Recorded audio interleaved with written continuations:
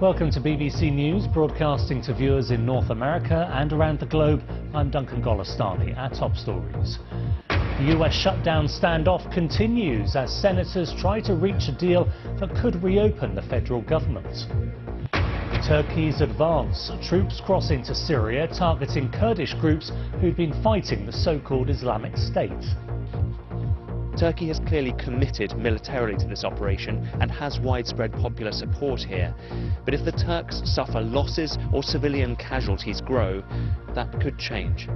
At least 18 people are now known to have died in Saturday's attack on a hotel in Kabul. Most of them were foreigners. And leaving the biggest till last, more than 1 million people attend an open-air mass as the Pope ends his tour of Peru.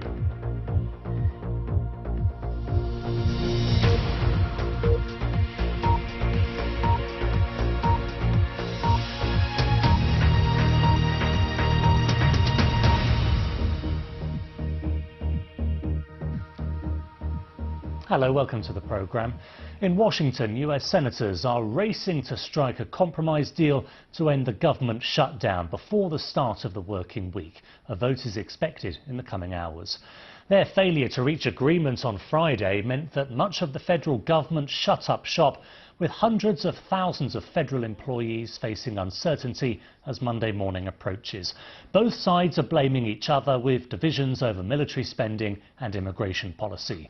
Sunday's debate is still going on, but this is how the Republicans and Democrats laid out their arguments at the start of the session. This is day 2 of the Senate Democrats' government shutdown. Day 2 since the Democratic leader made the political calculation to do something that, according to a recent survey, even most Democrats don't support. He shut down the government to appease a portion of his party's left-wing base. Makes you shake your head. Who comes up with ideas like this? It all really stems from the president, whose inability to clinch a deal has created the Trump shutdown. I agree with Majority Leader McConnell. The Trump shutdown was totally avoidable. President Trump walked away from not one, but 2 bipartisan deals. And that's after he walked away from an agreement in principle on DACA we reached way back in the fall of last year. If he had been willing to accept any one of these deals, we wouldn't be where we are today. OK, let's find out what's happening. David Willis is in Washington for us. David, bring us up to date. Well, the Senate's due to vote in about 4 hours' time, Duncan, at 1 o'clock in the morning. One potential bright spot, the leaders of both Democrat and Republican parties in the Senate did actually meet today. It remains to be seen what, if anything, they've been attempting to hammer out between them. But I have to say that earlier on they were looking as far apart as ever. The Democrats insisting that any deal on some sort of stopgap funding measure to keep the shutdown from happening be tied to the fate of the so-called Dreamers. That's the nearly 800,000 or so young people who, through no fault of their own, came to this country illegally and face being deported in March. The Republicans, for their part, say, no, we just want to talk about the financing, and then after that we can talk about some sort of immigration bill. President Trump, for his part, has accused the Democrats of playing shutdown politics. He says that they're putting the fate of to here illegally over the fate of those who, for example, are serving in the military and other people who are here completely illegally. I have to say, though, the Democrats have criticized President Trump for shifting his position, as they see it, in all this. Yesterday, the leading Senate Democrat Chuck Schumer said it was like negotiating with Jell-O, trying to get some sort of agreement out of President Trump. Yeah, David, is there any sense that he is leading the negotiations for the Republicans, or is he more of a bystander while Mitch McConnell takes the lead? Well, the criticism has been that President Trump has not been adopting a sufficient leadership position in all this.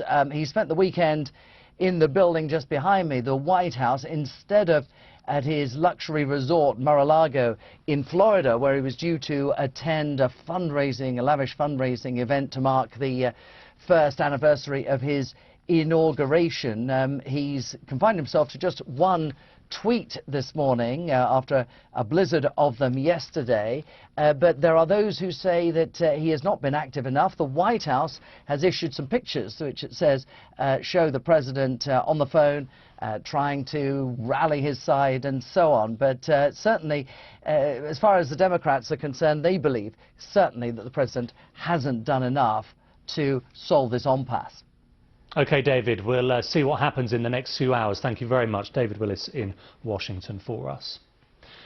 Well, the New York Governor, Andrew Cuomo, has said the Statue of Liberty will reopen on Monday, even if the US government shutdown extends into the working week.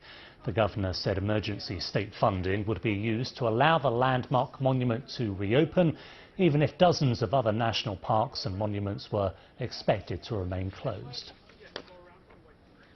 Tomorrow, it's going to be open and running as normal. I also think in many ways the Statue of Liberty is symbolic for what's going on right now in Washington. The issue is about immigration. The concept of closing the doors to immigrants is repugnant to the concept of America. OK, let's move on now. The UN Security Council is due to discuss on Monday the worsening crisis in Syria, with Turkey opening up a new front against Kurdish militia in the north of the country. The militia, the YPG, are backed by the United States for helping in the fight against Islamic State militants, but they are viewed by Turkey as a terrorist organisation. From the Turkey-Syria border, Mark Lowen reports. As if Syria needed more of this. Artillery fire from Turkey, launching a new ground and air offensive. It's called Operation Olive Branch, though it's anything but a gesture of peace. From the air, Turkish F-16s struck yesterday. Their target, the Syrian Kurdish militia, or YPG. Turkey sees them as terrorists linked to the outlawed PKK, who have long fought an insurgency in Turkey on behalf of the Kurdish minority, and it wants them pushed back from the border town of Afrin. Turkey's president has his own troops fighting for their hero. And with elections next year, war rallies his support base. This is a national struggle, and in this national struggle we will crush anyone who stands against us. That's a message that resonates in border villages, where grape grower Ömer Gazel and his friends watched the jets.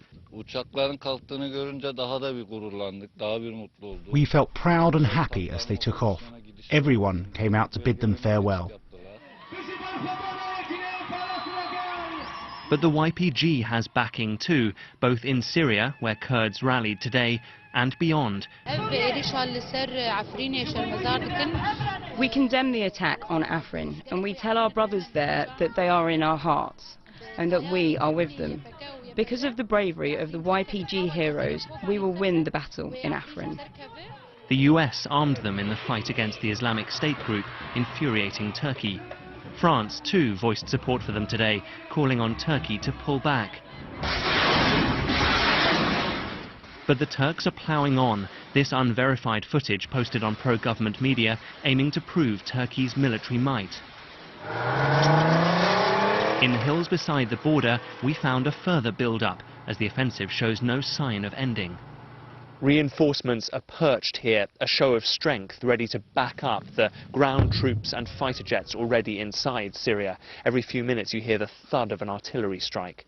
Turkey has clearly committed militarily to this operation and has widespread popular support here. But if the Turks suffer losses or civilian casualties grow, that could change. And the risk is clear. This border town was hit by a rocket said to be from the YPG, killing one and injuring more. Turkey is on dangerous ground, and a likely long, costly offensive is only just beginning. Mark Lowen, BBC News, on the Turkey-Syria border. Authorities in Afghanistan say 18 people, including 14 foreigners, are now confirmed dead after gunmen attacked a luxury hotel in Kabul. Afghan troops fought through the night over more than 12 hours to free those trapped inside. The Taliban says it carried out the attack. Sia Sharia has the story. The final moments of a fight that had lasted all night. Gunfire and explosions as Afghan special forces battle to regain control of the Intercontinental Hotel. One soldier throws a grenade. He moves away. Then the explosion.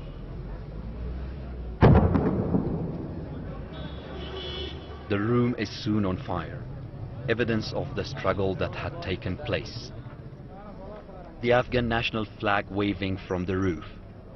Proof that the building has been retaken. We are in the area. You can see the Hotel Intercontinental on the hill in Kabul, and as you can see, it was burned. Part of the hotel was burned, and black smoke has blackened the southern part of the hotel.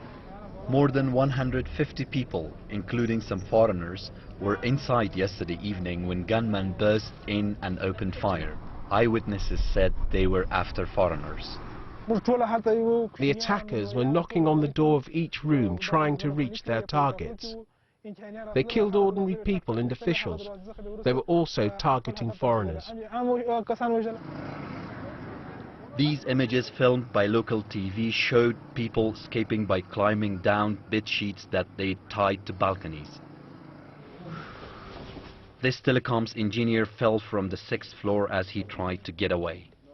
When the 6th floor caught fire this morning, my roommates told me to either burn or escape. I got a bed sheet and tied it onto the balcony. I tried to come down, but I was heavy and my arms were not strong enough. I fell down and injured my shoulder and leg. This sustained and complex assault will prompt urgent questions as to how the gunmen got through. Zia Shahriar, BBC News, Kabul. After months of deadlock, Germany has moved a step closer to forming a new government. The centre-left Social Democratic Party has voted to enter into new coalition talks with Chancellor Merkel's Conservative bloc. At a party meeting in Bonn, the SPD's Martin Schulz urged many sceptical delegates to press ahead, describing a new coalition as the best way to combat hard right politics in Europe. Angela Merkel welcomed the developments. The CDU already cleared the way for coalition talks last week. After concluding the exploratory talks, now we are pleased and welcome that the SPD did so today at its Congress. Today we are preparing for this coalition negotiation. Tomorrow, within the CDU, we will work together and then quickly enter into joint discussions with the Social Democrats. That's what today's decision of the SPD allows. Jenny Hill in Berlin says talks to form a government could begin straight away. His view is that if they can pull this off, if they go into government, in his view it's the responsible thing to do to try and form a government, but that it's possible, in his view, to renew the party within that coalition. But their task is going to be huge. They're very low in the polls. They're going to have to distinguish themselves from Mrs. Merkel's Conservatives if they're to try and rebuild their electorate, many of whom, of course, disappeared off to vote AfD, the far-right party. There's a lot of work to be done, and he's going to have to do something to unite the party. That's if they still want him as leader, because of course he's presided over this real controversy. Worth just pointing out that when it comes to these coalition talks, which, as I say, will take place later this week, if and when the two sides can get some kind of deal drafted, the party base, all 440,000 members of the SPD, will have to approve it via postal ballot before any actual coalition government can be formed. So Mrs. Merkel isn't really out of the woods just yet, but I think today you have seen her overcome a significant hurdle. They have taken a step towards, I suppose, delivering the government, the stability that she's promised Germany all along. Jenny Hill in Berlin there. Do stay with us here on BBC News, still to come. For a second day, women around the world have been on the march. In Las Vegas, they're protesting Donald Trump's presidency and trying to persuade more women to stand for office.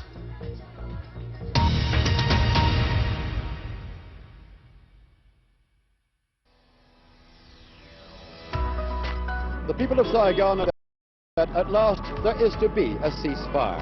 The reaction of American servicemen was predictable. I'm going home. I'm going home.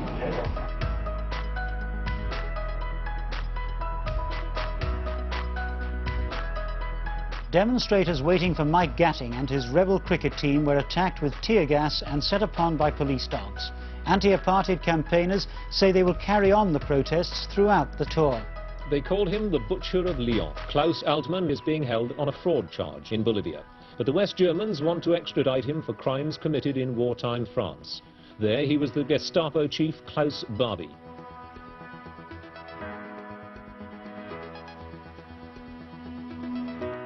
Millions came to bathe as close as possible to this spot, a tide of humanity that's believed by officials to have broken all records.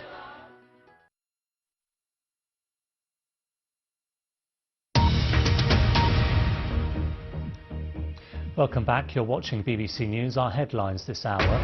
US senators are racing to strike a compromise deal to end the government shutdown before the start of the working week. Let's get more on that shutdown now, because Senate Majority Leader Mitch McConnell is on the floor of the Senate updating senators on progress in those talks. Let's have a listen. Disaster relief, health care, immigration, and border security will continue.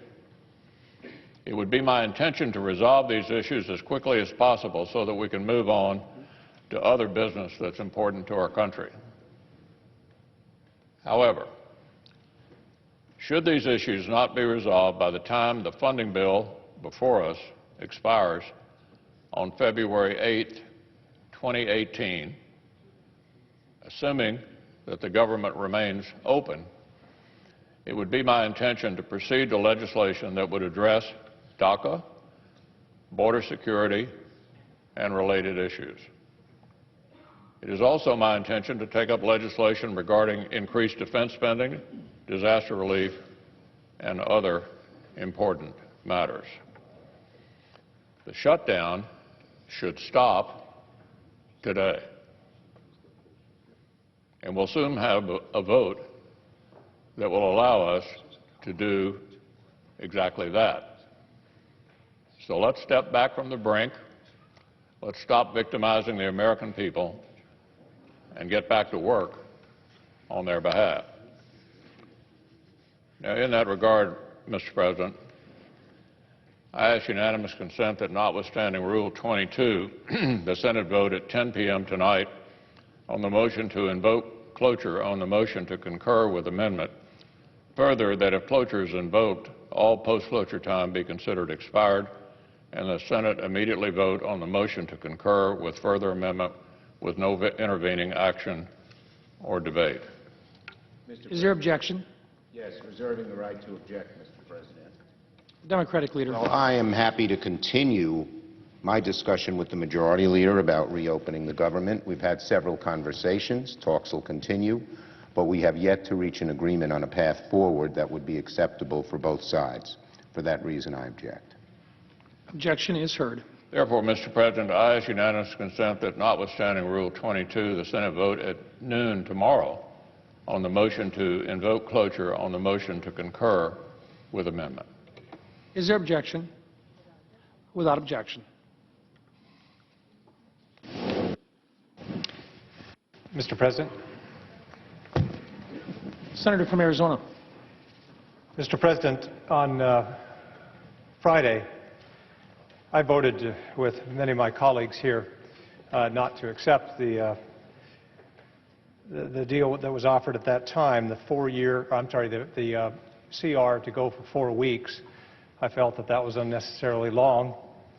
And also, I voted against it because I felt, like a lot of my Democratic colleagues and some of my Republican colleagues, that we need to deal with this situation on immigration, and that we shouldn't wait for the White House to indicate its preference.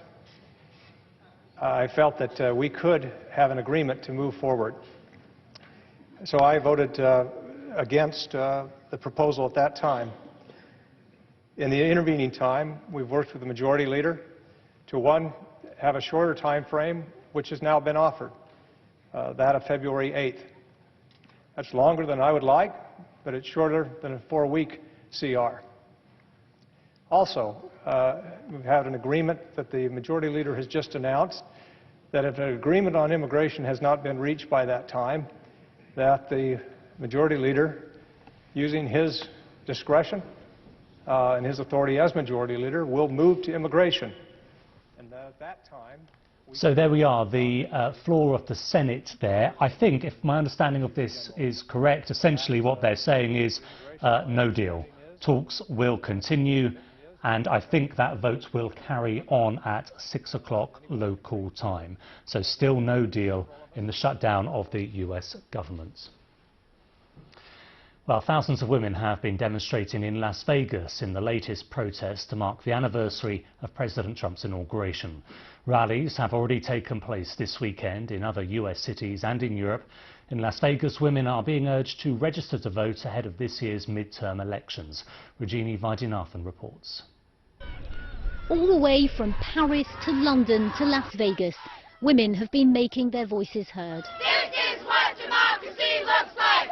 Last year we were angry, and that's why we turned out. This year we're organized, and that's why we're turning out. I'm empowered, and I'm ready to get people talking about these issues and get people excited about them. A year into Donald Trump's presidency, and the focus isn't just on the man himself, but his policies. Many believe his immigration plans and cuts he's made to abortion funding and contraception access adversely affect women. How he's pushing to make birth control less accessible for women. You know, it's just ridiculous how he's supposed to be for the people, but he's against the people. He's against everyone that's here, and that's why I'm here today. And in the wake of the Me Too movement and a growing conversation around equal pay, many are here to fight on other issues. For Amy, who came here today with her 5-year-old daughter Charlie, this is personal. For 12 years I was the victim of domestic violence that my children observed. Now I'm free, finally, thank goodness, through no help of the systems that were meant to protect us. And I'm here to hope that the world will listen and we can create systemic change to help little girls like Charlie and myself. And one way organisers think that change can happen is by getting more women to register to vote and even to run for office. They're channeling their energy on this year's midterm congressional elections. This state of Nevada was picked for this rally because it's a swing state. With a Senate seat, Democrats believe they can win back from the Republicans. There may be thousands of women here protesting Donald Trump, but don't forget that he won the election with a majority of white women voters, and many of those think he is doing a great job for women. And so, like so many issues here in the United States, even that of women's rights is one where this country is deeply divided. Rajini Vaidyanathan, BBC News, Las Vegas. Let's go back now to the shutdown of the US government. They're still debating in the Senate in Washington, as you can see from our live pictures there, but our understanding is that no progress has been made. They've been talking about moving the time of the vote, which was due to happen at 1 a.m. local time. We'll see what is happening on that. They've been meeting through the day, the majority and minority leader from the Republicans and the Democrats, and also a group of moderates from both sides have been meeting, trying to find a way forward in a bipartisan way, but we're not sure what progress that has made. We just heard from the majority and minority leaders. Now let's get a summary of what they said from our correspondent David Willis, who's in Washington. So David, what was your takeaway from that on the Senate floor then? Interesting, I think, Duncan. Suggestions there that the Republicans are attempting to move to try to compromise, particularly on this issue of DACA. This is this big sticking point as far as the Democrats are concerned. The fate of the so-called Dreamers, the 800,000 young people who, through no fault of their own, were brought to this country illegally. There is a timescale under which they will be deported starting in March if no agreement is reached on their future and allowing them to stay here. Well, the Senate Minority Leader there, Mitch McConnell, basically suggesting that there be a vote at 10 o'clock tonight on this shorter bill, basically to extend the financing of the central government, to keep the government open, as it were, and in return, if there was no agreement on the Dreamers in that time, then he would schedule a vote on that very issue, that most important issue as far as the Democrats are concerned, thereafter. But Chuck Schumer wants nothing to do with it, the Democratic leader, so we'll wait to see what happens. So what will that mean for the impacts? Actually, I think we'll leave it there. Thank you very much, David Willis in Washington. That's the way it's looking this hour. We'll keep across the shutdown in Washington as it happens. You're watching BBC News. Bye for now.